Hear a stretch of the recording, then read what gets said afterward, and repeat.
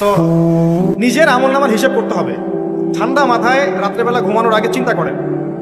ওয়াল্লাহি আমি চিন্তা করছি এটা, ওয়াল্লাহি চিন্তা করেন আপনার জীবনে যখন থেকে আপনার ভালো মন্দ বোঝার ক্ষমতা হয়েছে, ঠান্ডা মাথায় রিকল করার চেষ্টা করেন আপনার মেমোরিকে, যে আপনি কি কি বড় বড় পাপ করেছেন। পারা যাবে? একটা খাতা নেন সামনে, নিয়ে লিখেন যে আমি 10টা বান্ধবীর সাথে প্রেম করেছি, বড় পাপ তো যে না। আমি মদ খেয়েছি বন্ধুদের সাথে, আমি গুন্ডাগিরি করেছি, একজনের হাতে রক কেটে দিয়েছি, পায়ে রক কেটে দিয়েছি, আছে নাকি আমার নামে মানুষের? আমি রিলিফের মাল মেরে খেয়েছি, আমি বোনের সম্পত্তি অধিকার দেইনি, পিতা মাতাকে আমি বৃদ্ধাশ্রমে পাঠিয়েছি, আমি এটা করেছি ওটা করেছি। হিসাব করা যাবে না?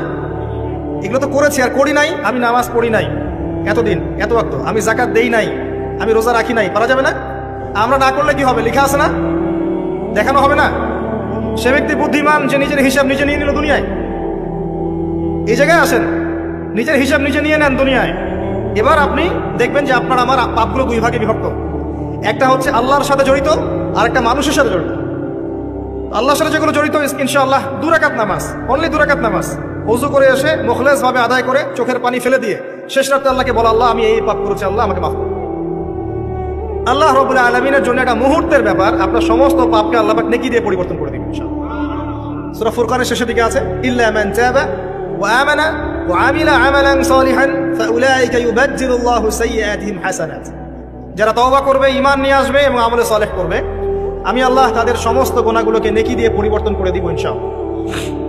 আর এক শ্রেণীর পাপ পাবেন, সেটা হলো বান্দার সাথে জড়িত। এটা আল্লাহর কাছে মাফ চেয়ে লাভ নাই।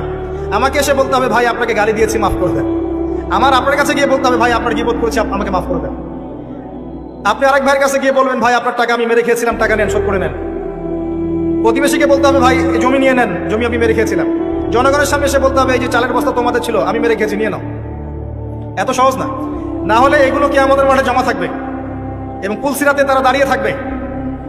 যখন আপনি আমি অনেক নেকি নিয়ে উঠবো, আল্লাহ পাক বলবেন নেকি দিয়ে দাও। কেন দিব? কারণ অমুককে গালি দিয়েছো, অমুকের টাকা নিয়েছো, ফেরত দাওনি, অমুকের কাছ থেকে অমুককে অপবাদ দিয়েছো, অমুকের সম্পত্তি মেরে খেয়েছো, অমুকের জমি মেরে খেয়েছো, ইত্যাদি ইত্যাদি। এখন তোমার নেকি দিয়ে ওদেরকে শোধ করো। তোমার আমলনামা থেকে